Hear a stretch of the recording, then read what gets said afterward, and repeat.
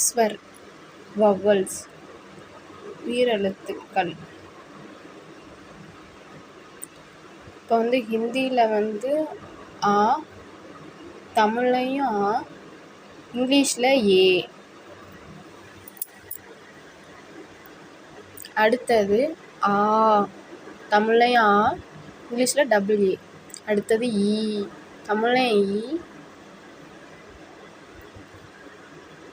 அப்புறம் இங்கிலீஷில் ஐ. அப்புறம் ஈ, அடுத்து ஈ டபுள் இ இங்கிலீஷில்.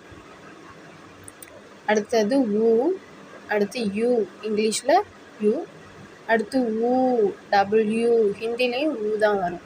அப்புறம் இக்ரூ, சிம்பிள் பார்த்துக்கோங்க. அடுத்து ஆர், இங்கிலீஷ்லேயும் ஆர் தான் இக்ரூக்கு.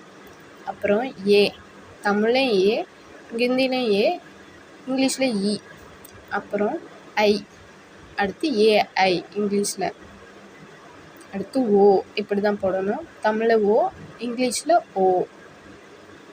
அது மாதிரி அடுத்து ஔ, அடுத்து தமிழில் ஔ, ஏயு இங்கிலீஷில்.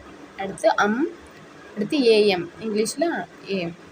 அடுத்து அக, ஏஹெச், இங்கிலீஷில் அக. ஸோ இவ்வளோ தான் guys Hindi vowels. Thank you so much.